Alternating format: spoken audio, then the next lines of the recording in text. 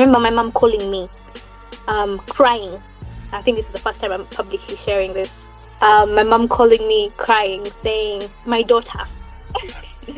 In this world, there's so many things. I want very little in my life, and the only thing I want is for my children to be safe. And at that point in time, I think I spent like 2 months without recording anything. In fact, I turned my social media accounts to private. I think the Fox News, which is crazy because they first sent me a text on LinkedIn, but like I almost never, I open LinkedIn at my convenience. So young people are afraid to speaking out because of the things they see on TV, because they're not going to tell me you see someone being abducted, beaten, and then their post comes out on X saying, "We have your guy," and then you think someone will speak up because we have been scared into not speaking. People ask me, I know there's people who write things like, "Oh, Gwesigani." Then there's someone who said, "Hey, you guys, you don't know her, eh? She has a whole battalion, she has connections in government, her parents are government officials." So people genuinely think that my parents have connections to the government and that I have special protection from maybe European nations and they've created all the possible explanations.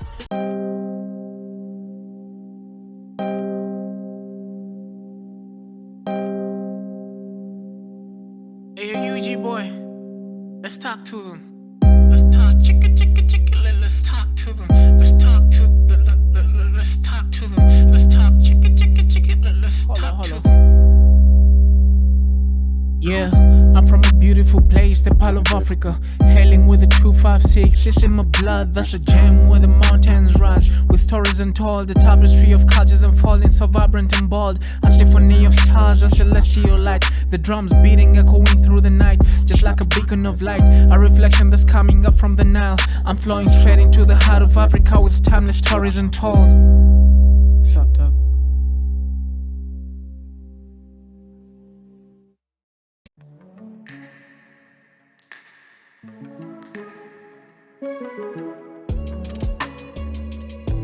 Elevate your podcast game today. Are you looking for a perfect place to record your podcast in Kampala? Look no further.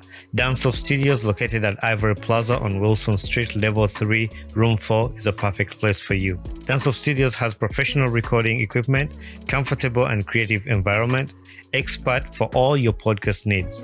Book your session today. Find them on all social media platforms or reach out to them directly to secure your spot. Let them make your podcast dream a reality. Dance-Off Studios, where stories come to life. 5, 4, 3, 2, 1. Hello. I like you kept it simple. I like that. You never made it complicated. Welcome back to the Ugandan Boy Talk Show. I'm your host, Bonnie Chibuka, and today I'm joined by a young powerhouse in policy, civic education, global advocacy, Janice Nkajja. She's an international law student, a co-founder of Civic, and one of the boldest youth voice shaping conversations from Kampala to Geneva to all over the world. And from graduating from high school, attending UN sessions, volunteering, and speaking on global platforms, her journey is crazy, inspiring.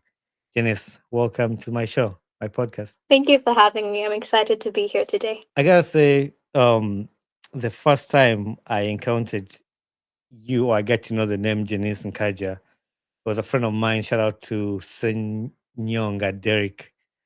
He reached out to me. He's like, "Bonnie, there's this amazing girl who is doing amazing work. You should host her on your podcast."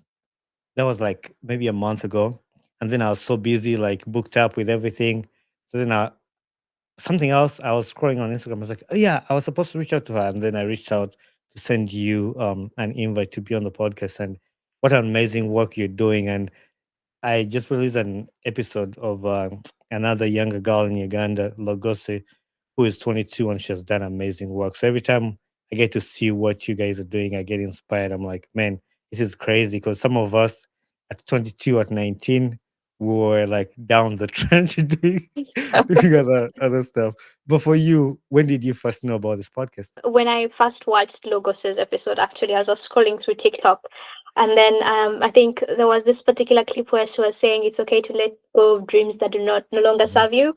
I was captured by that particular clip, and then I went down a whole rabbit hole, Like, and that's how I got to learn about this podcast. the other question I usually start with is like, how are you doing? Because that's a question that we take for granted, but I make it a point to ask my guests, how are you doing? I think I'm doing quite well overall. I just finished an exam for my previous semester.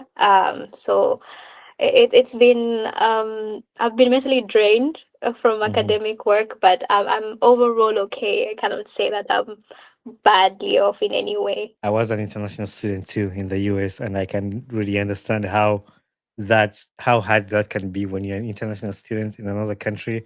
There's some things that people who have not experienced that will never understand, and somehow you cannot even put it in words because sometimes it's hard to even explain. But I can definitely understand. The other thing was when I reached out to you, and I don't know if you at that time you had seen my podcast or you had not, and you'll let me know.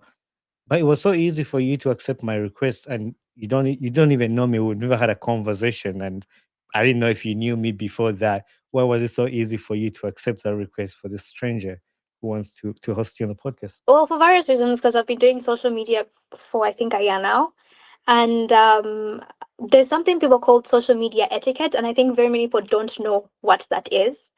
Whereby it's you are most likely to receive a response from someone you do not know if they introduce themselves, get straight to the point, and then ask questions as to why they have approached you.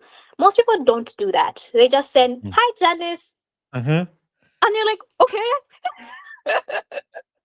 It is so frustrating, but also because I had seen some of your work, so I was honestly very excited when you reached out. So I guess that was a plus for you. But I Mhm. guess that also the format of the way you approached was plausible. And so it's easier for me to respond to a person who I directly know what their intention is, rather than someone who wants to have a back and forth of, "Hi, Janice," then I'm supposed to respond, "Hi, who are you? What do you want?" It's very simple social media etiquette that most people do not understand, but it's a very good networking technique. If you don't know someone, if they don't know you, go ahead, introduce themselves, and then get to the point as to why you're reaching out, because it's easier then for them to get back to you. You've explained that very well because I've always wanted to talk about this on the podcast. I have this platform and a lot of people reach out to me. Hey, can I be on your podcast? Hey, can I be on your podcast? But the way they reach out is like what you just said. Hey, and then you're like, okay. And then the next day, hello, sir. I'm like, what are we doing here? And 2025, I posted on my social media that not in a bad way because I don't believe I'm a bad person. I mean, to some people I might be, but I don't believe I'm a bad person. But 2025, I told people that I'm not going to respond to any text that says hey. And I made that a point. The whole year, I would say it. If you're not adding anything to that, I'm not going to respond to it. Make your point clear. Hey, Bonnie, I've been watching your podcast. I want to be on this podcast. Like that. It makes somebody like really get convinced to have you on, like a little bit of professionalism, and a lot of people don't do that. So I'm glad you touched on that. The other question I want to ask you, I've not seen any clip of you speaking Luganda. Do you speak Luganda? Luganda ndwogera obuzibu bujja obuzibu bujja nti ebintu byenjogerako olumu mbasobola byogera mu Luganda, because You I don't know still. how I'm going to explain constitutionalism in Luganda, particularly because my generation has not maybe had a foundation on like very concrete Luganda. So Mhm, ebigambo nga constitutionalism over rule of law, because I do mhm. policy mostly now. I don't know how those words are conceptualized in Luganda, Right, right. and that has been something that most of my listeners or people who watch my videos say, that it's better for you to speak Luganda. But I'm like, hey, I've explained to them that genuinely there are some words I do not know how to explain in Luganda because of how technical they are in the English language. But at the same time, I believe that the world is bigger than Uganda, and we have to have these global conversations beyond our local context. But also, Luganda is not the only local language in Uganda. Mhm. So I evaluated all these dynamics, and I'm like, English is our official language, so I might as well just use that. But Luganda do twogera ndutegeera nduwandiika era ndusoma. You hit me with Oluganda and Utege, and yeah. So this has been an ongoing thing on my podcast because most of my podcasts are in English. Yes, we do speak some Luganda here and there, and that's the same thing as experienced posting these clips on TikTok.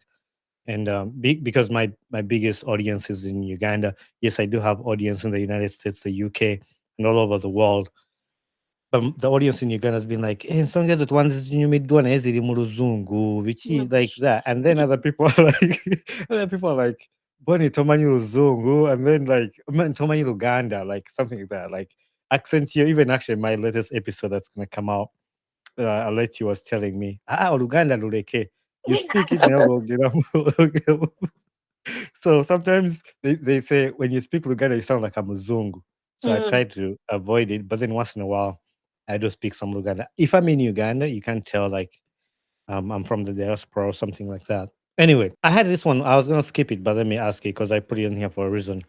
Since you've never talked to me, or you've never, this is the first time we're talking. Is there a question you would ask me right now? Like if you want to ask me a question, what question would you ask? Why do you do what you do? Nice. That's a good one. I've never done this with any guest. So I was like, I'm gonna give her an opportunity to ask me a question before we even I dive into her conversation. Why do I do what I do? I started this podcast for with a goal to impact my other friends, my other kids in Uganda, kids around the world with our stories. Because I believed that when I first came to America, the narrative here was like Africa. They had a concept of Africa in their heads, what they saw from the TV, what they saw from the news, and Mhm. how Africa is being reported in the US. And I was like, these people don't know. We do have people who have done crazy things in Uganda. We do have people who have done amazing work in Uganda. We do have doctors. We do have pilots. We do have all these people. And that was after I'd come to the States because I wanted to be a pilot and aircraft mechanic, which I came to the States and did. And now it's my job. Like that's my full-time job. And I was like, okay, if God has given me this opportunity, I want to start a platform to share these stories of people who have achieved these dreams. And I started by sharing my journey, how I came to the US. And there was a dream at 8 that I wanted to work in aviation. And then at 21, maybe, yeah, that's when I came to the States, studied, and then that's what I do now. So I started by sharing that story. And my story ended. And then I was like, there's other people around the world that are doing crazy work, crazy stuff that can inspire somebody. Then I started a podcast, and that's why I host people from whether it's a DJ, a doctor, or nurse, or somebody. I believe somebody can add on to another person's life with their story. That's Mhm. why I do what I do. That's why I do this podcast. Mhm. That was a good question. Thank you. And if you ever think of another question while we'll have a conversation, feel free to ask. It'll be a conversation. But on this podcast, I have 4 segments that I walk through. The first segment is a fun one. It's breaking the ice. But sometimes we get to this segment when the ice has already been broken, like we've already been laughing, and but I still proceed with my segment. And this segment is kind of like a summary of what we're going to be talking about in the longer conversation. But I ask you 2 things. You have to pick one. Mhm. Feel free to explain why you're picking that and dropping the other, or feel free to say that's my answer. I don't have an explanation. But 2 things you can't say, neither or both. You're gonna have to pick one. Are you ready? Okay. TikTok or Instagram? Instagram. Why? Because I was on Instagram way before I was on TikTok. Hmm. Particularly because I feel like because okay, particularly I have a bigger following on TikTok than Instagram, Hmm. and I think that's a good thing because on Instagram I can be myself without having Ugandans crop my photos or whatnot and putting them on X.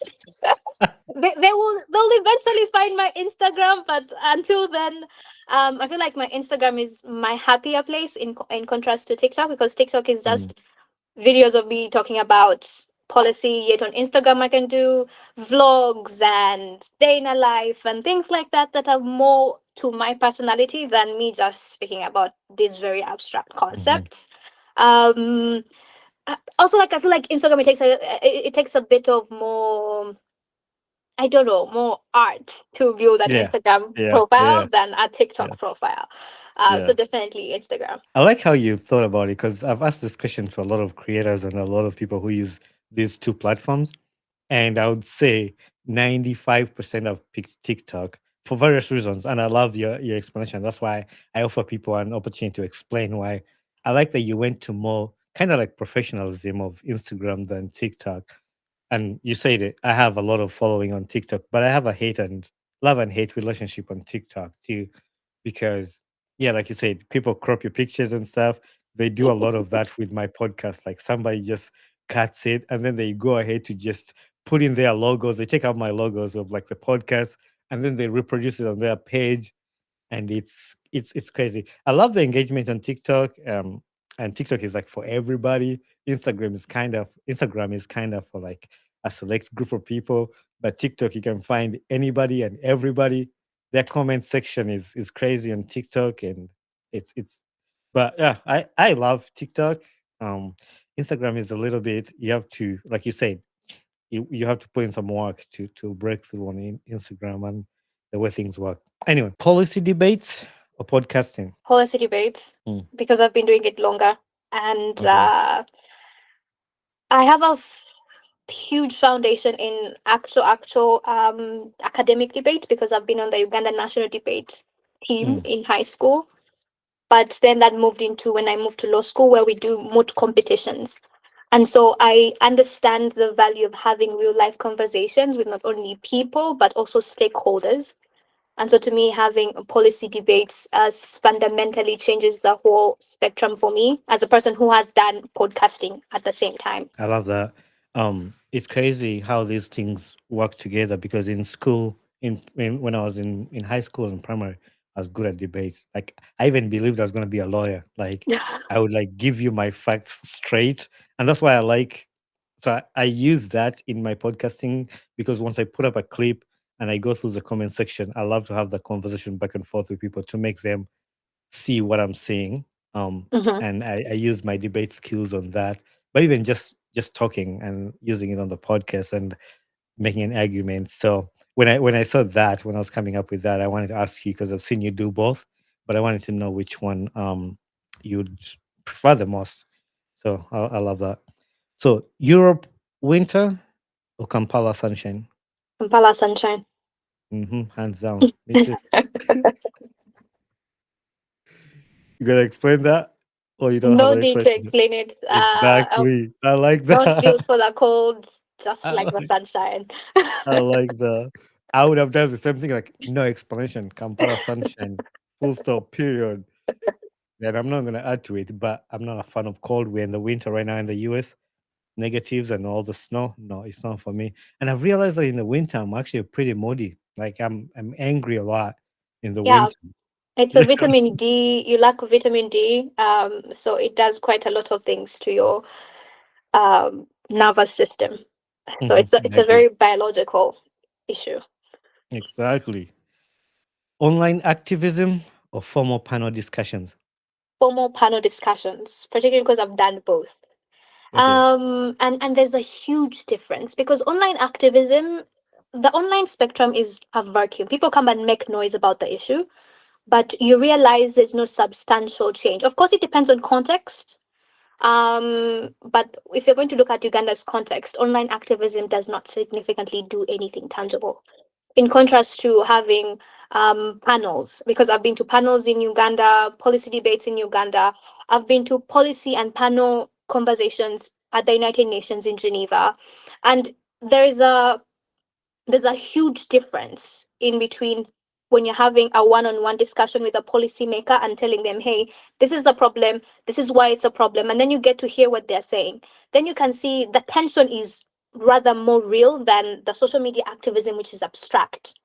And so for social media, it's more about informing about what the issue is, but not necessarily giving a solution to the problem. That's why, as much as social media activism does play a role in helping young people and like everyone understand what's going on, it doesn't significantly change the situation on ground. No, I definitely agree. And I like the point you made that online activism in Uganda doesn't really change much. Like, yes, people will go post things on social media, but at the end of the day, it might not change a lot.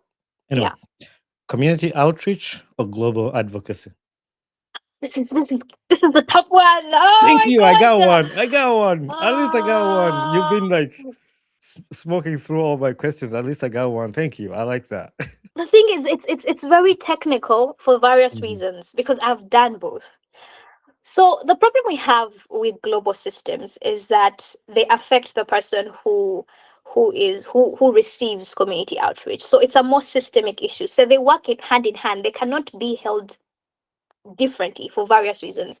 One, for example, if we do global advocacy whereby policy is being influenced, that policy directly affects the people who are on ground who are receiving community outreach projects. But at the same time, you cannot solely do community outreach projects without working with policy makers. Because earlier last year in March, I was in Kakuma refugee camp in Kenya. And to even access the refugee camp, you had to go through the UNHCR Kakuma in Kenya. So you Mhm. had to work with policy makers in order to be able to do the projects in the community. So those things cannot be held differently because they intertwine. And so that one particularly I cannot choose because I've seen the ends of both and they cannot work without each other. Unfortunately, that one I'll say both But or neither because that's not part of, neither is not part of. they cannot exist Okay. independently. Because at the same time, for example, if the UNHCR makes policy, if it deploys a group of people to actually Mhm. implement these things on ground, community outreach, so they cannot Yeah. be held independently. Well, Yeah. I see what you did there. I'll give you a plus for it. But yeah, I was happy about that one because I was like, at least I got one because you smoked through all the other ones. You already know what you wanted. And the thing is crazy because I pick things you've done. Like, and that's the fun of this segment is like I try to find things that you've done, both of Mhm. them, and make you like pick one. But it's a fun one. I really love doing it, and most of my guests like it. But now we move to our next segment where we're gonna walk through your journey and things you've done and things you're passionate about. You're passionate about like policy and anything um, in that area. Let's start from the beginning. For somebody who is just hearing the name Janice for the first time, who's Janice in your own words? Like, how can you simplify that to somebody? I really don't know what to say. Who is Janice? I genuinely do think I'm just a regular girl with a big mouth, Mm? and someone who has been I like able that. to use their education to speak about the issues wrong with their society. But for anyone who's chronically online, I'm sure they have seen me at some point in time on their screens, like be on X or TikTok or Instagram, because my videos keep moving on all the platforms. I think simple answer is that Janice is a Gen Z who is a lover of policy and governance. And she has realized that there's so many things wrong with the governance systems and how they affect people's lives. And so she hopes to dedicate her whole life to making a difference in that space and hopefully make the world a better place if you're going to Better put place. it very Yeah. colloquially. Yeah. You touch about your love for governance. You have this passion for governance, accountability, civic education. When did that really begin for you? I don't think it has a point in time because I think I went to King's College Budo for my Mm, high school, and it gave me access to. That was the first time I got into competitive debate. And if you're a competitive debater, you get to you're exposed to so many concepts of real life situations from. Oh, social media is bad for kids. How are regulators going to fix that? To corruption in Uganda. How are regulators going to fix that? And all these things intertwined.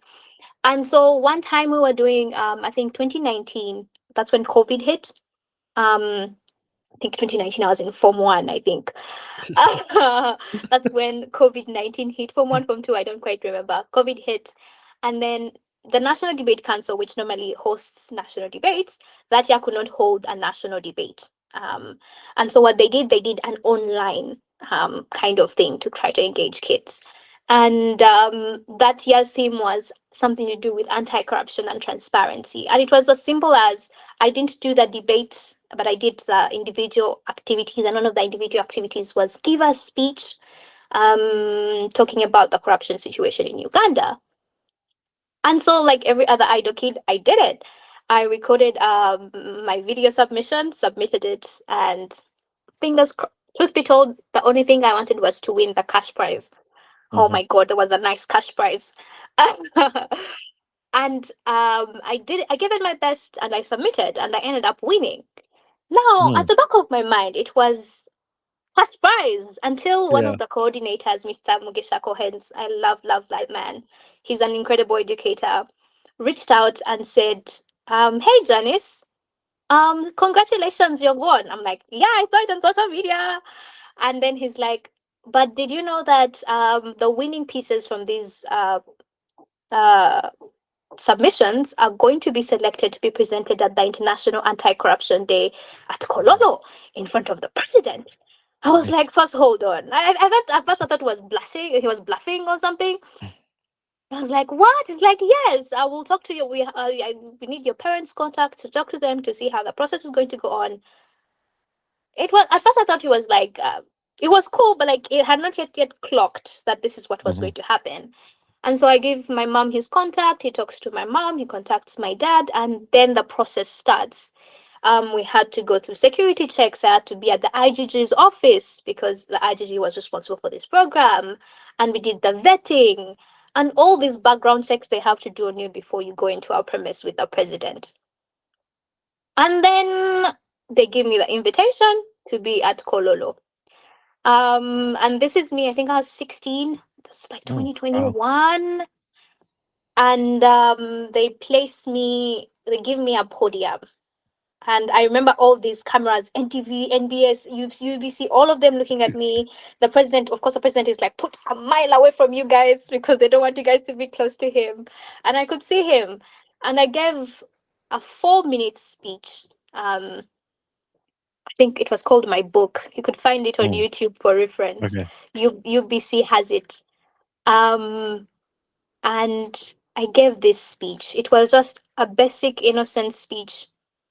I think the innocence with it is that I did not understand the gravity of the things I was saying because I was Hmm. saying them from a place of this is what is happening and this is why it's happening. And so I was calling out corruption systems using stats, using facts, using poetry and aneurysms because I had done competitive speech before, so this was a Right. new. And one thing, and then it was pretty cool. My parents were very proud. And then because my dad is my biggest PR agent, he Nice. went on YouTube, cropped out the video, started circulating it in all the group chats on his social media. And just like that, my dad single handedly made me famous. Nice. That is really good. That is really good. I love that. I love that.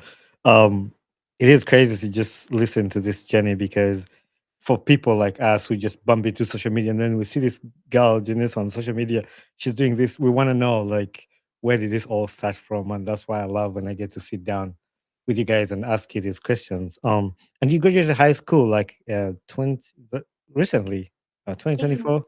2024, yes. Yeah, and immediately you found yourself in big policy spaces, like you went to the UN and all that stuff. We're gonna talk more about it. But how did that transition feel for you? Like you straight out of high school and then boom, all this big stuff happening. I think because most of people lack context, is that I didn't go to normal high school. I did my O level at King's College Budo, but I did my A levels at an institution called the African Leadership Academy in South Africa. And it's this institution that seeks to develop the next generation of African leaders. So, aside, of course, my Cambridge A levels, I got to do this incredible program of African studies, rhetoric and writing, entrepreneurial leadership, and I took a class on international relations and policy. Now, that particular background exposed me to a whole different, so I did not get to do normal high school because Hmm. in my A level I was exposed to model UNs because I had the opportunity to attend the model UN in Georgetown, Qatar University. And all these huge, I was at the Pan-African Parliament, places a normal 19, 18-year-old will not be at. This institution gave me access to those places, which also further informed what I decided to do for university. Now, for me, that transition was, of course, it was surreal, but at the same time, being in a space of young people who are very competitive because it was a group of Africans. They used to get African students, purely African students from Ghana, Nigeria, Uganda, all over the continent. Put them in this one place, people who are passionate about the continent, let it be in the arts or music or sciences or governance, and put them in a place whereby they can have competition and discussion. And those 2 years were so incredible. because I'd never been in such a competitive space ever in my life, which is strange Mhm. coming from Budo, which was very competitive. But also, it showed me that you could do more. And something Ugandans or the Uganda education system does not let people do is that they want you to crush down the sciences, crush down the economics, and that's it. Mhm. At ALA, they wanted us to do completely the opposite. Yes, education is important, but what are you doing outside the classrooms? I had friends who are founders of NGOs. In fact, I felt like I was an imposter in that place because I had authors and people who are running NGOs at 19, 18. And I was like, this is so unreal. And so that showed me that I could do more with the skills that I have. And so that in itself pushed me to look for opportunities. Because forgive us, sometimes where you're getting these opportunities, they don't understand how many rejections I get on an average. Uh-huh. Uh-huh.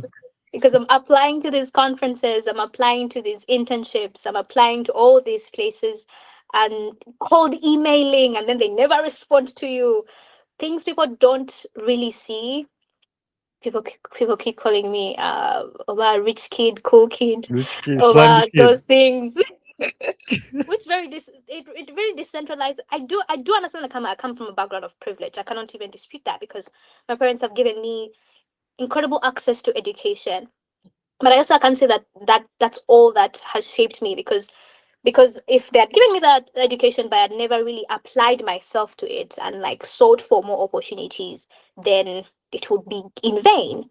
And so I Mhm. think that particular background of those 2 years at ALA really changed my trajectory because now I want to do more. I'm not going to wait to graduate to show impact or get into the workforce. I can do that now with the resources that I do have available to me.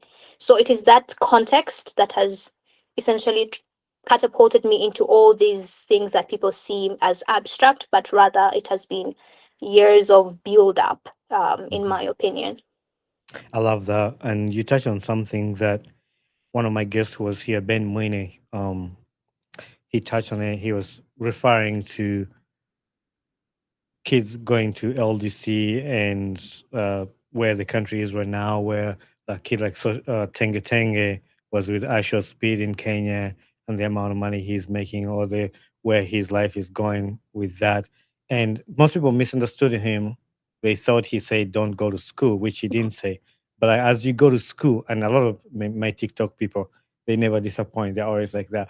But he wasn't saying don't go to school. He was just saying on top of your school, put yourself in position for other skills to build onto that. So like I'm an aircraft mechanic, but I sit down and do a podcast.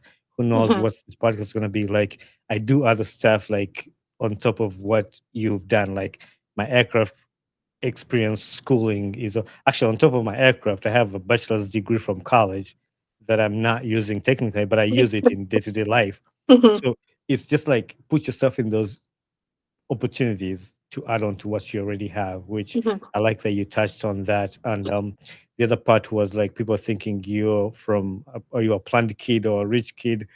And that's the thing in Uganda. And even people, when they see me today, share my story or do my podcast or share what they say, planned kid. But when we share our stories, they know, oh, he wasn't a planned kid. He was just smart on the decisions he made and the opportunities he was seeking for. And that's why we share with other people to learn that. So I'm glad that you touched on that. You talked about your opportunity that you went and gave a speech at the president when I asked you about your journey when you started, when you knew that you were going to do this. I have a similar question on that. Was there a specific moment that you said, yes, this is exactly where I'm meant to be? I guess it wasn't clear. There are those things that happen in your life, and then you're like, that was a pretty cool thing that happened in my Yeah. life. And then time goes on. And because I think it was shortly after the Kololo incident, and then I got admitted into ALA. And so then it became like a faded dream, like, though I did this cool thing back in time in my life. When did it become clear? I think it was when I was at ALA when I was taking an international relations class. Um, and I was on the committee to organize the African Leadership Academy Model African Union, and I was organizing that particular conference, right? Um, it was how I was very invested in the policy of the matter, and I had this incredible teacher Miss Pelumi Boti. She's from Nigeria. And she was so passionate about the African continent and how she talked about policy. And each time I looked at her speaking about these issues, I was like, wow, Yeah. wow. Yeah. I think it was a very subtle moment in a classroom. I think that's when I knew it wasn't this big grand thing, but it was during my classroom experiences with the conversations I was having with this lady.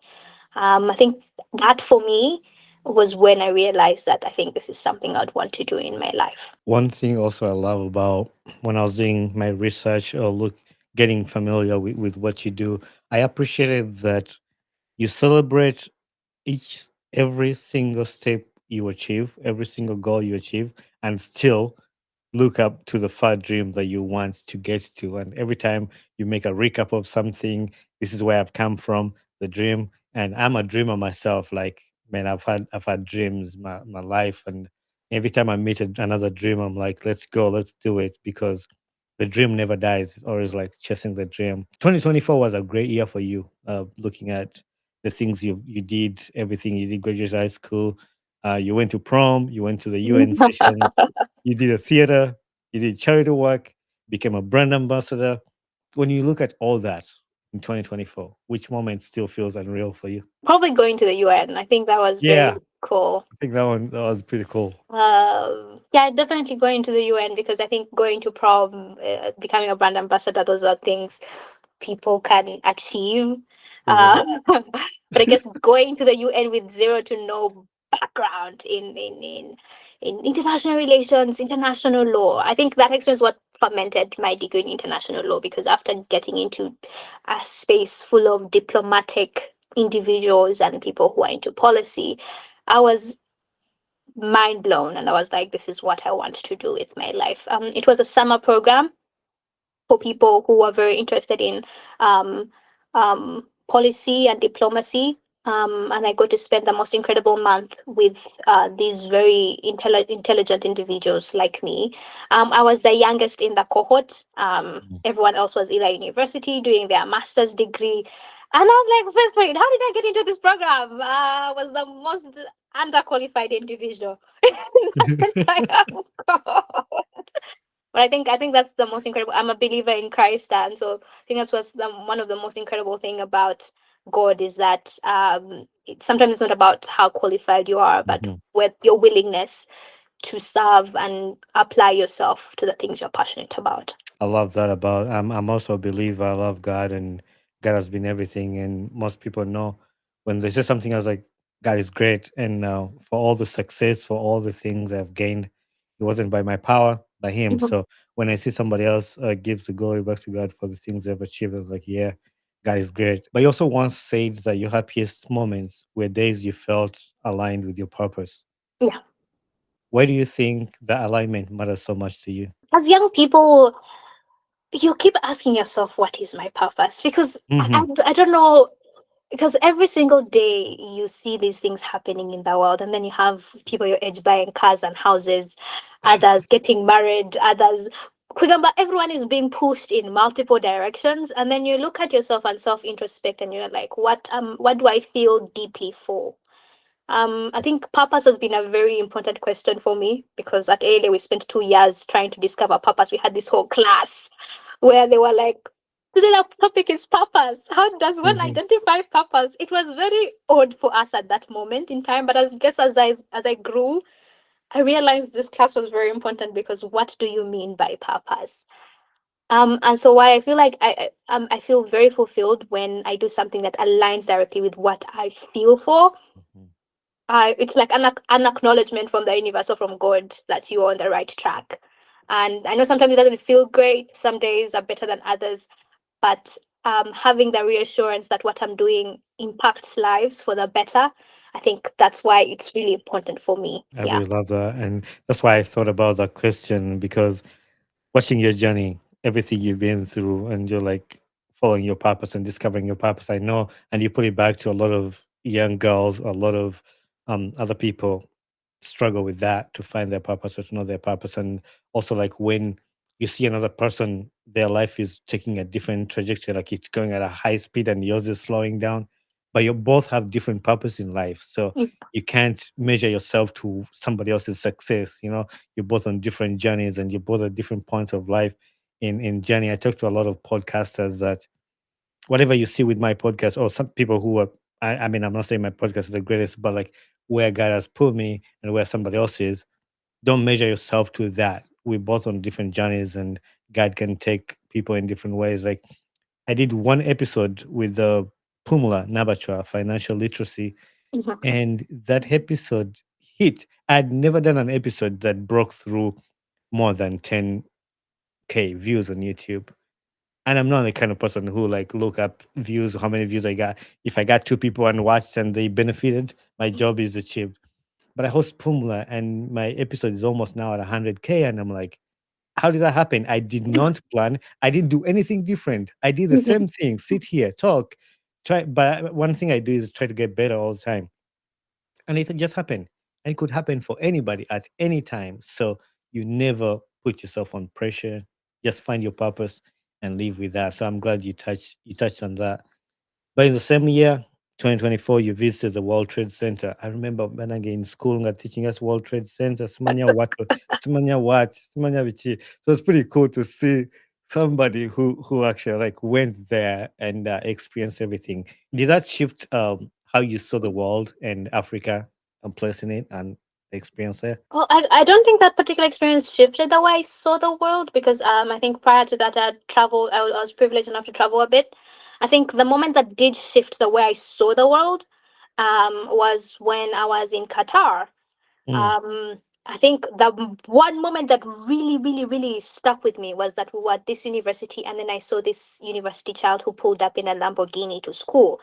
Whoa. um and that was such a shaker for me. And then when we were crossing the streets, and then Lamborghinis and Mercedeses were stopping for us to cross, which was a very different situation when you're in Uganda. The cars will want to flee.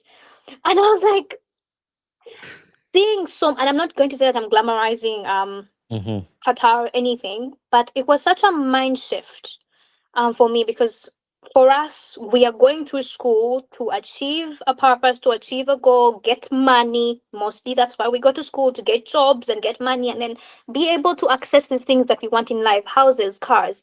But then there's a world whereby it's the other way around, whereby kids don't go to school just to get job that's going to give them money, but rather just go to school purely for the uneducation. Hmm. That was mind blowing for me, because that also slips into how most African parents want kids to take sciences, because sciences are more safe than taking the arts. And so, if you become a doctor, you have government payment, you're going to be safe for the rest of your life. In this other world, someone can take music and literature and they'll be fine because they're already rich. They're driving Lamborghinis to school. They're like, it was such a mind blowing experience for me. I cannot, that changed the way I saw. I thought Yeah. because I'd never been in a place with so much wealth, people who are my age or younger than me. Because I think the first time when I experienced that, because I'd been to other countries, I'd been to Turkey, I'd been to Germany, but I guess they didn't really shift me the way being in Qatar shifted me. Hmm. Because I was like, because I even had to ask, are those their cars? They're like, yeah, kids. Because we entered the parking lot. I was like, why are there so many? How many teachers could there possibly be here? They're like, no, those are students' cars. I'm like, what do you mean? And not average cars. Not, no. Yeah. People driving Lamborghinis, Ferraris. Yo, it was such. I think that's what really changed my perspective Hmm. on life, and to realize that it's crazy how we're living completely different realities with some Hmm. people. Um, and so I guess that's what really told me, you're not dreaming big enough at this point Yeah. in time. And so I think that's what dared me to apply for things that I wasn't qualified for, or like dare to be in rooms, or like call out people who have been here longer than I have. Hmm. It's realizing that I think we have been in a system that has reduced what we can think to such a level that we have a predetermined path that just keeps us in this cycle of poverty and of conforming to every other thing in the world. Yet there's someone out there who's just going to school because I just, well, I can and I can too. Uh, Yeah. that's when Mhm. that's when my life really changed. I think it was in that moment that I realized, by the way, we are not the same. Yeah. I had known that, but it had never been so vivid, Mhm. like it was when I was there. And I can also relate to that, leaving Uganda, coming to study, because I did my college studies in the United States. I mean, it might not be there's different story, but it's kind of similar to that. You come to school and you see their life and what your life used to in Uganda. It opens your mind. It's like, man, it's different out here. Um, but while you're speaking, actually, you reminded me of somebody that is a mutual friend with you on Instagram, and I don't know if you know her, Chamsi. She's from Zimbabwe. Hmm. Do you Yeah, know yeah, her? I do. I've, I've had her on the podcast here twice. She's a good friend of mine.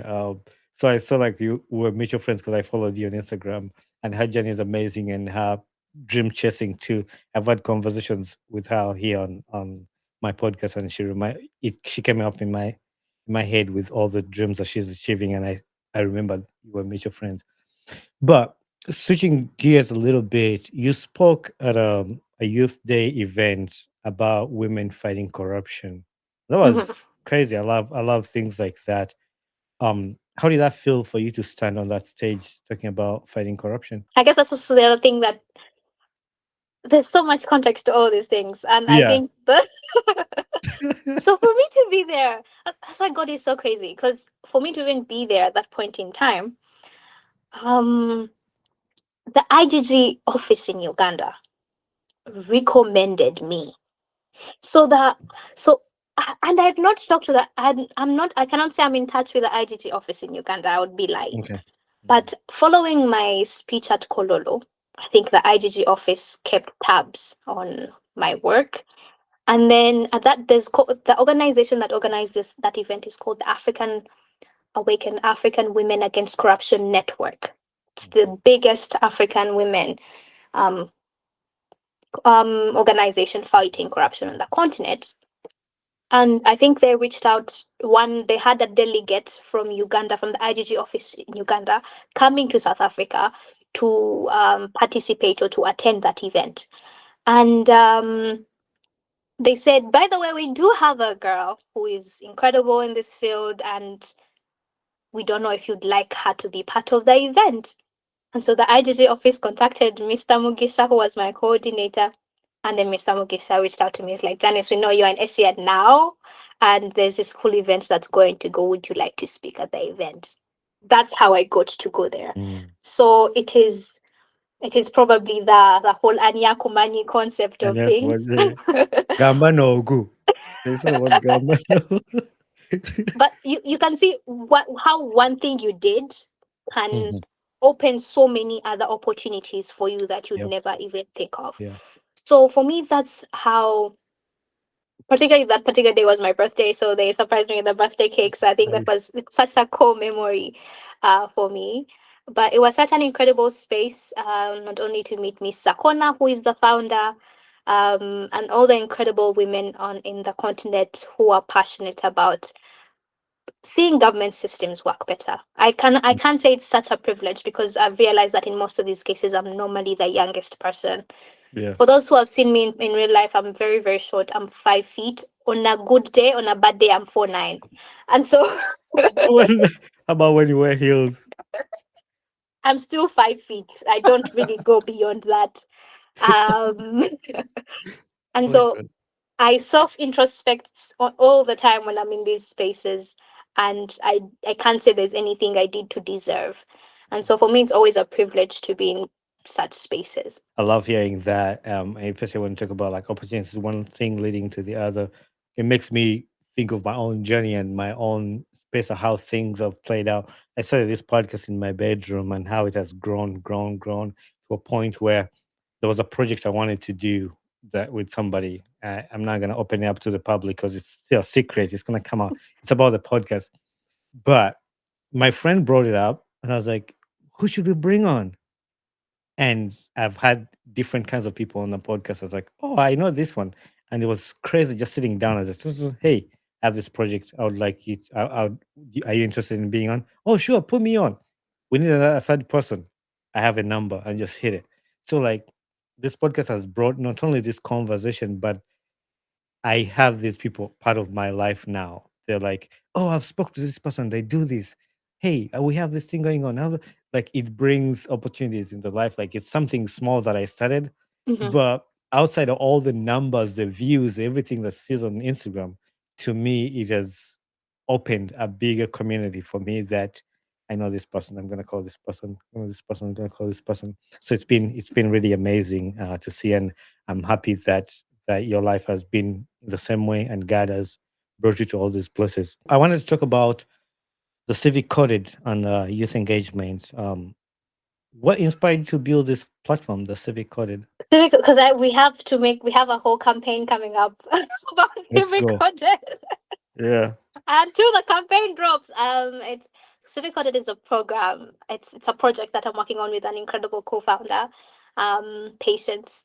And Civic Audit is we are trying to visualize because it started from what I do on my TikTok, Hmm. whereby I was churning out information about a concept like constitutionalism, explaining it in the most lay words possible, trying to explain to someone, because it's crazy how these things are important in our day-to-day lives, but we don't have that kind of access to them because of the legal jargon and all those things. Hmm. So I was thinking, how do we remove the complications in learning these things from the long papers that you have to read? Because I'm doing law school, and to learn constitutionalism you take 4 to 6 weeks. How are we going to break this down for someone to be as simple as possible, that even if you did not go to law school you have a foundational understanding?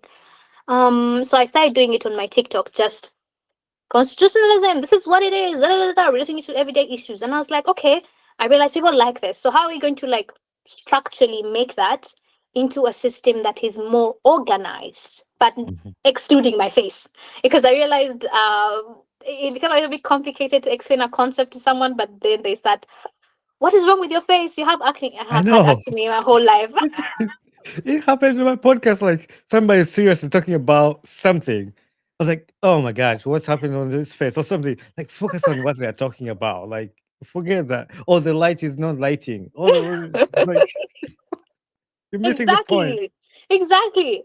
And so I realized that it's started becoming about me instead of what I was talking about. So I was like, how do we remove the personhood and make it a more structured system of teaching people policy? So I don't want to spoil anything because we have a Okay. whole campaign coming up on what we are announcing, the kind of work we're going to do across the next couple of months. So you'll just have to Mhm. watch out for what that's going to look like. But that's the concept around it. We have incredible tools that we are building to aid in this, but also an incredible team of people who are going to be supporting us as we build Civic Coded. But that's the whole idea around it. How do we bring policy governance to you in the Mm. comfort of your screen, your phone, without it being overwhelming and Yeah. filled with numbers? The national budget full with so much jargon, things you don't understand. So we're trying to remove the complicated bit in the learning process of policy for everyone and giving it to you in the most raw form possible. That's the thought process around it. Um, so we started a bit last year. We started a bit last year, towards the end of last year, and the past couple of months we've been talking to stakeholders, building tools that we'll announce soon. And we hope that by mid of the year, everything will be Mhm. set to go so that we could share everything with the public and possibly everyone could support us grow this dream of ours. Let's go. Yeah. And where would the people find when it's released? Where would people access it? The website or YouTube or social media? Civic Audit is going to run a dual system. I don't want to spoil because Oh, all then right. I'll be No, no, spoiling it. it's just like But if it drops and I wanna check it out. Like where okay, would okay, I okay. find You'll it? have we are Civic Coded Africa, so on Instagram, TikTok, Okay. X. We don't have a YouTube yet, but we'll possibly create one in the and LinkedIn Okay. and LinkedIn. Okay. So you could follow us now to Follow so that them when we now. drop, you Yeah. are. Actually, pause this podcast right now for a second. Go look it up, and you can come back and finish this conversation. Uh, I love that. I love that. While you're explaining that, reminded me the example of the episode I gave you, Pumula. Mm-hmm. So finance is a big topic in Uganda, and Mm-hmm. people come here and they throw numbers at you. They use even terms that people don't understand. But what made the episode different? Pumula came on this podcast and she just broke it down to a simple layman's language and what somebody can understand. And that's what everybody was saying in the comment section. I've never had somebody explain finance like that. So me listening to you say that, because this is something I'm interested in, but I'm also like, I'm not kind of a big word kind of person.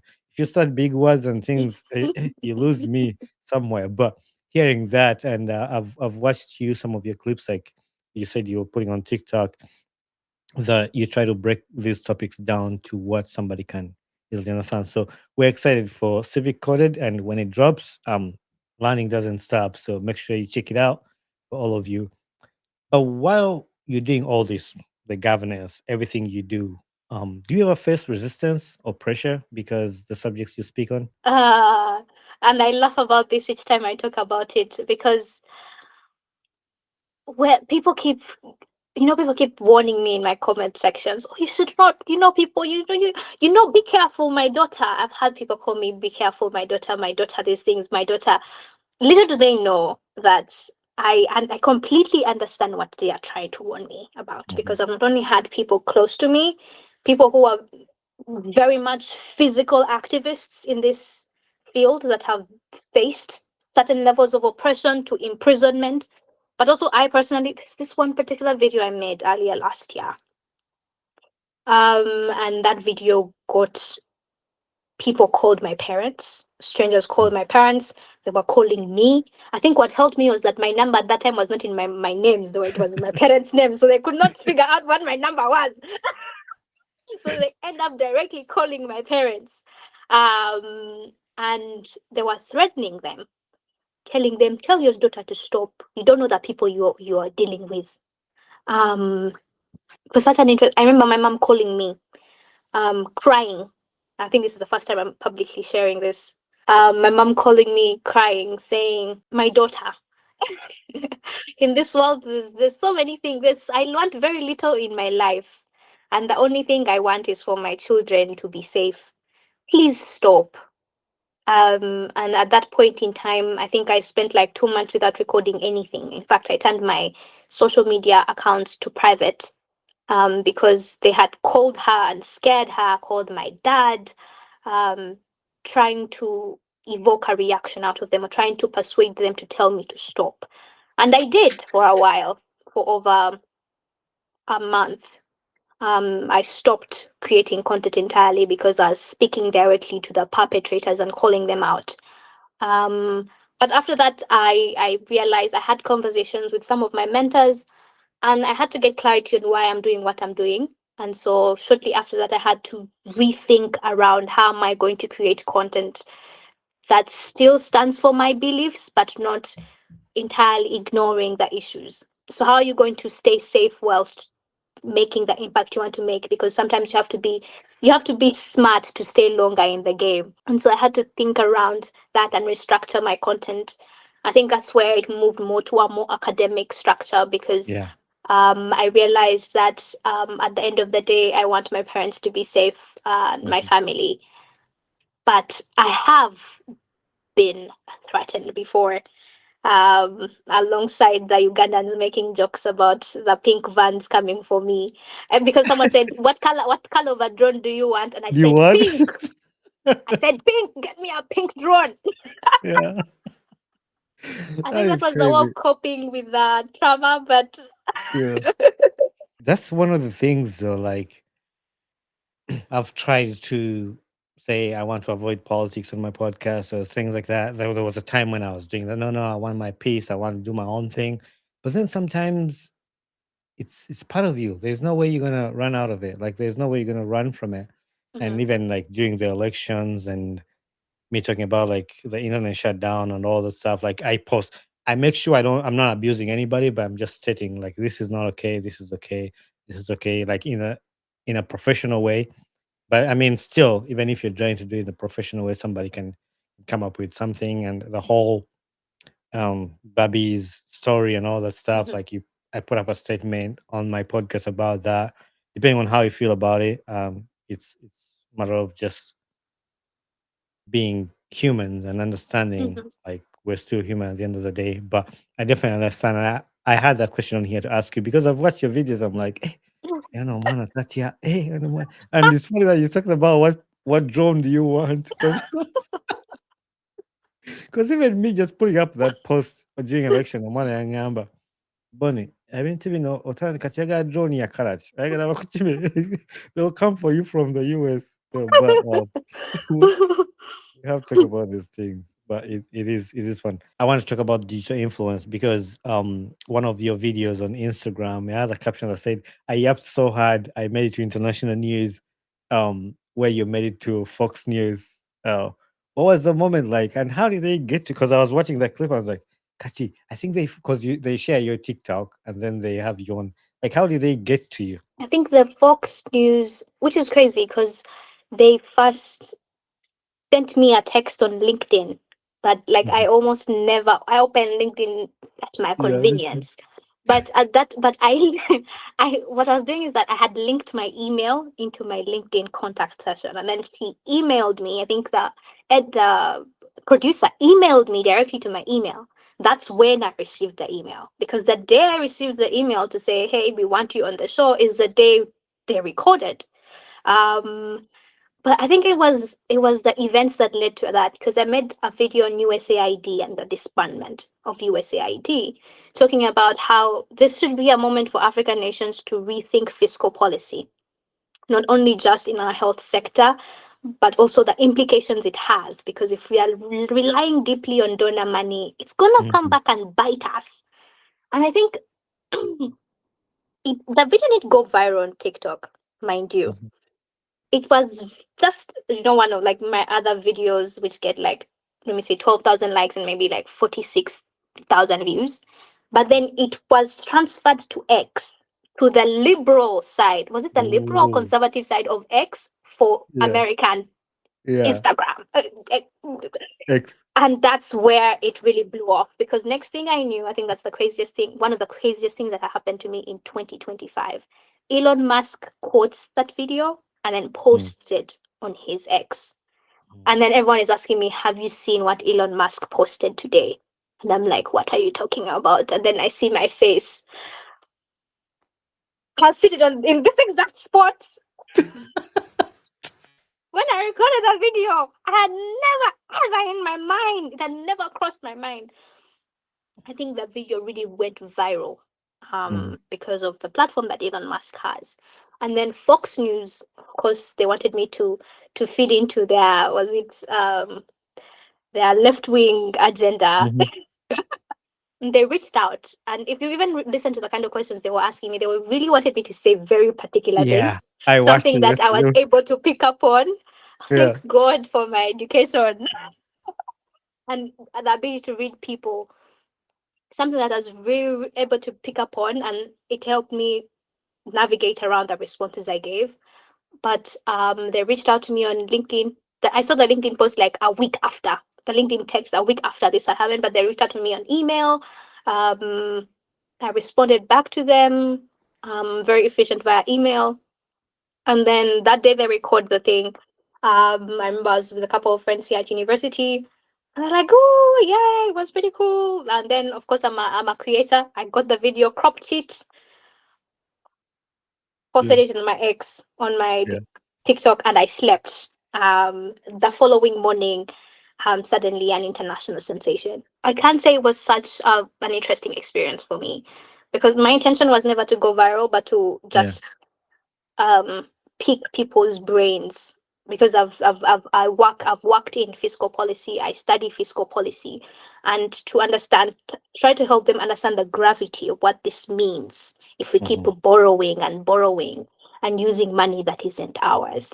um One thing about that particular experience is that it grounded my understanding in what it means to be human, because as much as I was sharing these incentives about how we need to, how, let Trump take his money. It's his money. It's Mhm. US people's money. We are not entitled to it. That was my thought process around it. But Yeah. then I have very many people in my circle who either living with HIV and AIDS, which USAID was hugely funding in Uganda.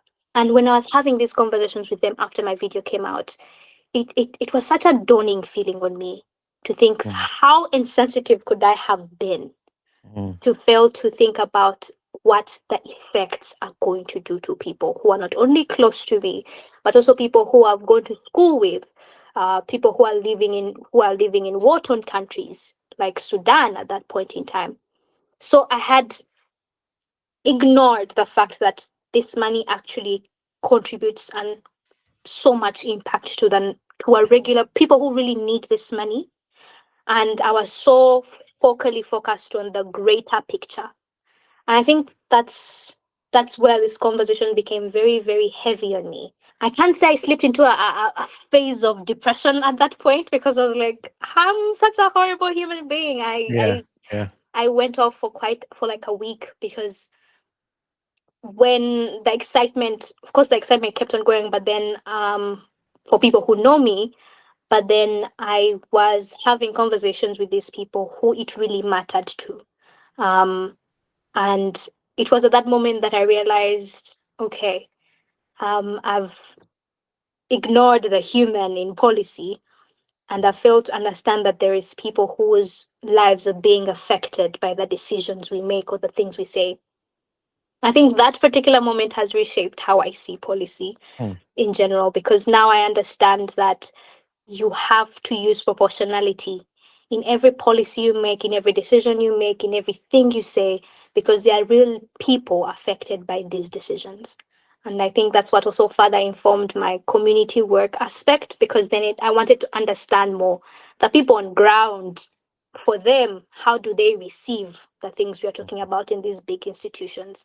Um, yeah, it was a very um I can't say I was going through an existential life crisis, but I can say Yeah. that I was going through um I was growing as an individual, and it helped reshape how I viewed these things on a human level. I love how actually you broke it down, because you actually covered my follow-up questions through just sharing the whole story. And I love it when somebody just says it.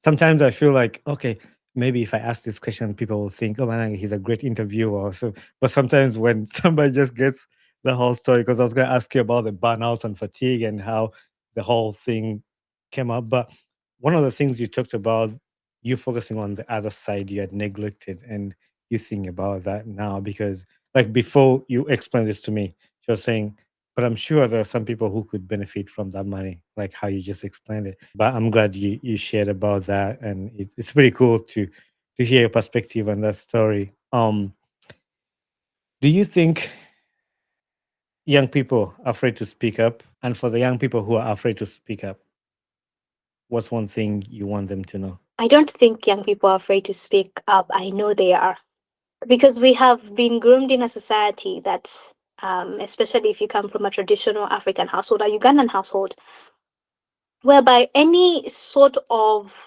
disagreement to authority, or like any alternative thought process towards authority, seems like disrespect to the authority. Let it be in a parental setting, let it be in an academic setting. The moment you tell your parents, no, I don't agree with you, why are you disrespecting me? Now you think you're better than me. Now you think the world, you understand it more than me. We have been groomed in this particular society that does not allow us to give our opinions. And we have been framed that we don't know anything, and so we are speaking from bliss. That argument is twofold. We are young, we have so much to learn, and I do not disagree with that. In fact, I have so many mentors who are older than me, because I understand that there's so much to this world that I do not yet understand. But at the same time, we have grown up in an era that's rather different, is that we have been exposed to so much more than our parents could have ever been exposed, from the things we see online to the people we meet to the world that's now open. So young people are afraid to speak up, because they would either face punishment for speaking their opinion, or they would face ridicule for being called radical and Abana b'ennaku zino bayonooneka. And being framed into all those particular brackets of things that you don't want to be framed. So I know this because I've had this tension with my parents. Most people say, "Oh my God, your parents must be so proud." My parents are proud, but at the same time, it has been a long journey for us to reach here, whereby they let me freely express my views. Particularly because they are my parents, because they know the dangers that are associated with speaking freely, but also because I think even for them as a society they have grown up in, you can have opinions, but you should not always speak them out. Yeah. So young people are afraid to speaking out because of the things they see on TV, because they're not going to tell me you see someone being abducted, beaten, and then their a post comes out on X saying we have your guy, and then you think someone will speak up because we have been scared into not speaking. I think that's something people always ask me. Aren't you scared? Mm-hmm.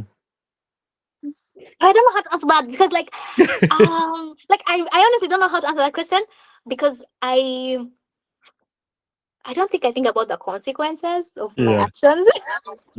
I Mm-hmm. just do that thing, and then Yeah. like the consequences will come. I will see them and we'll deal with Yeah. them then. I've always been we when we will cross that bridge when you get there When we get kind of there. Yeah. person. Mm-hmm. Like So the I'm a mentality. very big risk taker. I think I thrive on risk. What could I tell young people?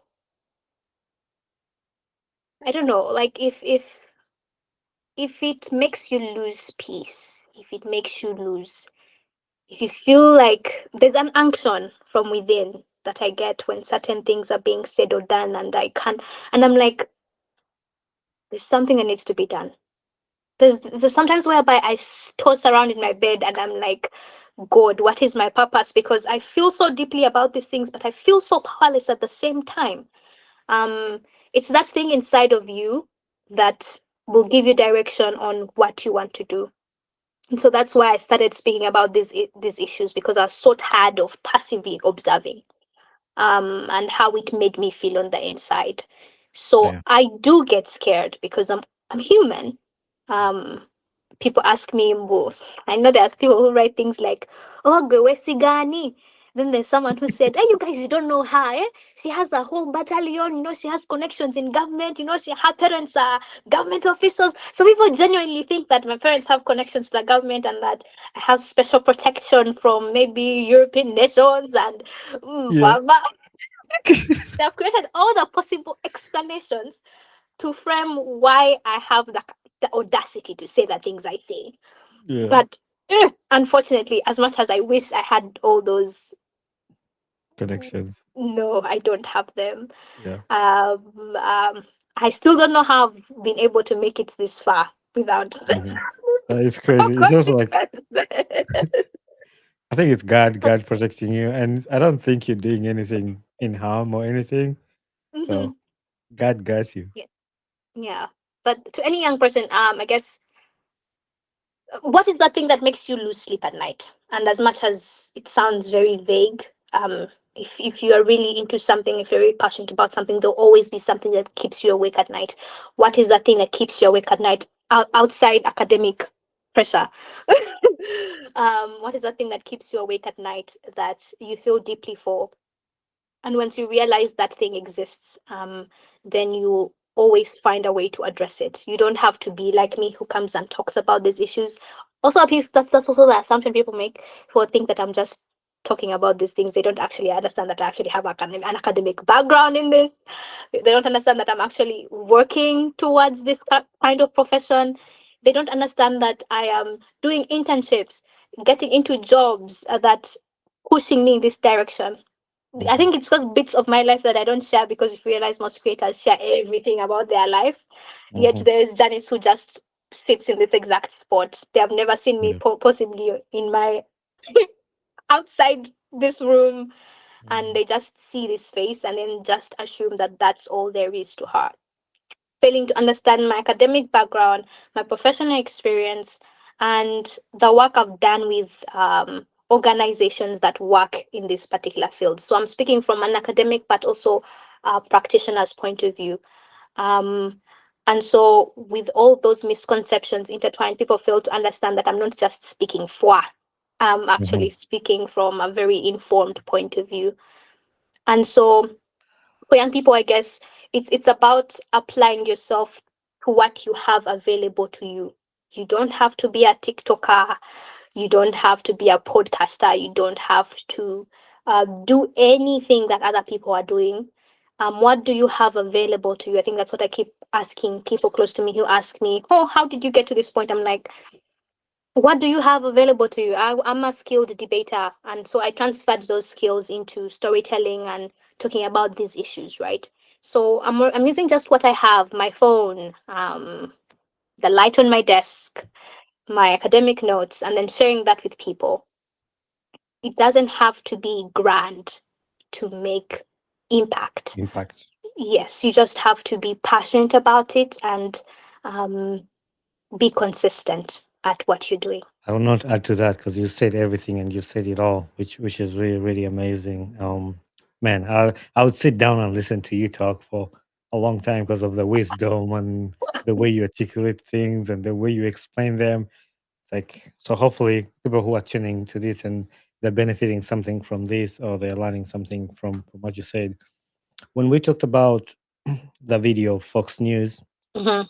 and you're realizing that you'd forgotten about the people who could benefit from the money or things like that, I realized and I also found out that you're really passionate about volunteering and you love helping people. And you've worked with Signal from grassroots and Keep High in school outreach. What has that taught you about community and impact? It's taught me a lot of things, but I think hmm, I don't know. I don't know. That's a very interesting question because I think I feel so alive Mm, um, when I do that kind of work. I know people just see the pictures, but they don't understand the mhm. logistics that goes into it. We had to take borders, 30-minute borders or 45 minutes on a judge because we realized that we had messed around with the budget a bit, and so we ended Yeah. up under allocating transport resources, and so we had to. There's a lot of work that goes into pulling off big projects. Um, but I think what I really, really love about it and what I learned about it is that we are people. Um, and unlike unlike, for example, me who has had the privilege of living in a country that has not, at least by the time I was born, because then that's a whole different conversation for my parents and grandparents who lived through a civil war. People who are currently living in civil war and are displaced and they have to move to completely different countries to restart their whole lives. It's such an interesting, when I was hearing these stories, because one of the people we met at Kakuma was my friend Gerald, who was supposed to go to ALA with me because we're in the same cohort, but unfortunately he could not because of his refugee status. Mm, And so it became very, very difficult for him to travel. But whilst having conversations with these people, you realize it's that you are just lucky. Let me just say that the place you were born in had different circumstances than they were. And what I learned is that to be grateful, not from I'm grateful because there are people here who are suffering and I'm not suffering, no, but grateful from a place of we tend to complain a lot about our situation, about where we are from, but then we don't understand how much privilege we have. Um, I think that's what I love about those particular experiences, that they keep me grounded and they keep me humble, and to understand that to serve is to understand that you have been given the capacity to share what you have with others, expecting nothing in return. mhm. Right? That's why I'm a strong believer in service, expecting nothing in return, but to devote yourself to making other people smile and to just be human. I think that's what I really, really love from volunteering. And that's one thing that I really learned. It's that it grounds me quite a lot. And that even if I speak about these very complex topics and policy and words and attend these big conventions, at the end of the day, it affects me as a person, it affects my friends, it affects my community. and affects even people you don't know. Mhm. Yeah. I love how you break down your answers like it's I can't wait for Civic coded because you break it down to a level where somebody can actually understand it. Like, I mean, maybe I'm speaking for others, but like for me, like in a simple term, even with your example of a refugee friend you have, or where you have different opportunities, it is crazy. But I love to listen to your love for volunteering. I love community work too. That's been part of my life. I love to do that. Growing up in a Christian home, that's something that we used to do all the time, and till today, like it's something that brings me joy and happiness to help out somebody else where I can. But Janice, I can't let you go without talking about your podcast. Janice on the Yeah. mic. For someone who hasn't had it yet, what's the heart behind this platform? Let's go. This is another podcaster who has been judging me back there for the questions how I'm asking. When I'm interviewing another podcaster, I'm like, okay, they're gonna judge me. Okay, they're gonna say this guy is like this. I think Janice on the mic is a bit different from what you're doing here Okay, because it's more of me just speaking okay. than This is having solo a back pod. and forth interaction. At Yeah. the inception of it, it was actually having a back and forth interaction until I realized that I think I'm not as great as coordinating people. Mm, And so it grew into restructuring my interests, but also having like a deep dive in the concepts that I was teaching. So it's more of an education channel right now. nice. Um, the motto for Janice Go on the mic is where talking isn't just talk. And so the whole idea is that we're not just yapping, we're actually yapping for purpose. Let's Yeah. just put it that way. It was a project I started at ALA when I was interviewing my friends because I was in an incredible community of young people, and it has grown. I think for the past year, I'm still yet to reach the level you are at, whereby I get these cool settings and like do a full on production. Yo, I don't people underestimate how much goes into actually prepping high quality content. It is. Actually, speaking about that, I just recorded a BTS. I'm gonna post it after this recording. I did a BTS on how this whole thing came up, like how I set up my because I do it alone actually. Like Mhm. I'm alone. I set up my cameras, my audio, everything in the studio. So I did a BTS to share with the people what goes on behind to make this happen. Maybe Yeah, they'll judge me less. exactly that. They don't understand how very complex it is. And so, hands down to you, because I know how much work it goes into, I know how expensive the equipment is. I don't understand that it's such a passion for you that you are willing to invest without even necessarily getting nothing in return. Um, and so I'm yet to grow it to the way you are growing your platform. But I guess I'm so caught up with school, so caught up with so many things that I've not been able to be as consistent as I would love to be with Yeah. building Janice on the mic. But hopefully one day Mhm. it will be a consistent thing. But it's just a platform where I have conversations about in length instead of TikTok where it's just 90 seconds or Yeah. 3 minutes. Now you have a whole 30 minutes of me just explaining what constitutionalism is Mm. in depth, especially for those who are more interested into academia. Yeah. Yeah, it's funny when I ask the question, you're like, I was like, oh, what's coming? What's coming? But anytime I get an opportunity to speak to another podcast, I love podcasts. I could listen to a podcast. Newemberanga topic sijimanyo basijagala. That's how I am like with just podcasts. Like if I'm bored, I'm gonna listen to somebody talk. I always like and that's one thing that people have appreciated about this podcast is like when my guests are speaking, unless there's something really I have to say, I'm back quiet listening because I'm like listening. I wanna know. So I'll listen to anything. But with people who are starting a podcast, like if people go back, they see this today. But 5 years ago, I sat down with my phone, this phone. I didn't have these mics, these computers, these cameras, these TVs. It was my phone and I want to share my story.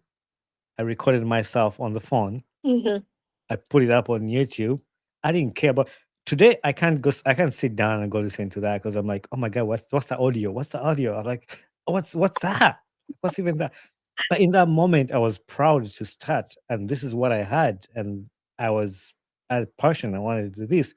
So anytime people are starting out, like I love when people have that because it's hard to even start. So when people study, and sometimes it can get harder when you have school, when you have family, when you have. So there are those days because for me when I started it was COVID. So we're like at home, we don't have anything to do. We're all like, what do I do with my life? So I was able to build that momentum during that time. But Mhm. today you have work, you have school, you have this. And even today, I mean, I still have that, but I've built the system in me that I know when to do. Like I've planned out my schedules, what keeps me consistent. People see every week. I don't think I've ever missed an episode. Like in the 5 years I've done the podcast. Unless it's a scheduled miss that, okay, I'm going on vacation, we're not having a podcast. Mhm. But if I don't have anything going on, we've always had a podcast. And sometimes I try, okay, I'm going on vacation in 2 weeks. Let me fill in somebody today and I'll air that while I'm on vacation. So the content still goes because I love podcasts. I love a podcast. So just do what you can. I know that's a passion for you, and I think you'll be great at it because you're doing something you love, you're passionate about. And we're here to listen, to support, and just get on your pace. Because one time also, like if you try to force yourself to do it, you can either hate it or you can just like gives you like a burnout and Mhm. like kill the passion. So just your free time. But we're here. We'll be here to support you. And for all of you guys who are listening, I'm pointing my fingers. They say don't point at people. But check out Janice on the podcast on the mic on her podcast. Janice, it's been such an amazing conversation to learn from you. I'm sure a lot of people are going to enjoy your journey. And today we're kind of going behind the scenes of what Janice does. We're not mainly like pouring down policies in your head, but like why did this happen to Janice in this moment and that and that and that. So maybe people would be interested in knowing that when they see these videos on Instagram, YouTube, how did she end up at UN? But then there's a story behind it. And those are some of the things I really love, like to for people to understand why that picture you're seeing the picture you see on Instagram, there's a story behind it. So and that's what I like. So I end the podcast with rapid fire. Rapid Okay. fire. You give me the first answer that comes to your head. You don't have to think about it. Don't think. Just say if it's wrong, right? There's no wrong answer. Are you ready? Okay. What's your I'm That Girl song? Me and you, never let me down. Me and you, na na na na. Yes, me and Let's you go. by Tim's. Yeah. Oh, I like Thames. Mm. First thing you would do when you land in a new country. Get an Uber. A food you can eat every day without getting tired. Pork. Pork. Pork. Do you do you eat that a lot where you are? Or is that like when you're in Uganda? Chadondo pork. Forever my Oh, best. Chadondo pork. Oh my God, hands down. I Yeah. agree with you. Even at Legends, I think Legends is that the same place somewhere. But yeah, Chadondo pork. I've had Mm, that. It's mm, pretty good. mm. But we also have Kafunda in my village. There's a guy Naruba. Not he has a stupid local name like Narabie. Iwan Mm, Narabie. He has like a mm. small pork joint where they write it like in handwritten pork joint. Yeah, that hits hard. What's the most Gen Z activist thing you've ever done? Make satire. So my videos are very satirical and I laugh. Like there could be something very, very serious, but then I laugh about it. I think that's the most Gen Z thing you can do to be very satirical about something very serious because we have trauma bonded Mhm. through, through Mhm. jokes. Yeah, I think that's the most Gen Z thing I've ever done as an activist. The emoji you use way too much. The laughing, crying. Yeah, yeah. Yeah, I yeah. I love the crying out loud. That's the one that's sideways. That's the one I use a lot because I'm always laughing. Mhm. What's one thing that instantly boosts your confidence? Doing my hair and doing my nails. I love looking great. A celebrity or leader you'd love to have lunch with. No politics allowed. Celebrity or leader I would have to have lunch with. Oh, this is very difficult because then there's so many controversial people. out here, and I might say them today and tomorrow they do something crazy. Unfortunately, I have to think about this one. You know what? I'm going to sit with President Museveni. Yeah, I'm 7. Oh, Yeah, nice. yeah. I was thinking about that. Like, wonder what if one day I get an invite to host Museveni on the podcast? Hmm. What would I ask him? What would I? Huh. We'll cross that bridge when we get there. The funniest thing that has happened to you in a serious room. People getting shocked about how short I am. And so, in most cases, they say, "Oh, I imagined you taller." That's Mm. a statement people always say to me. If you were not doing policy, what would you be doing for vibes?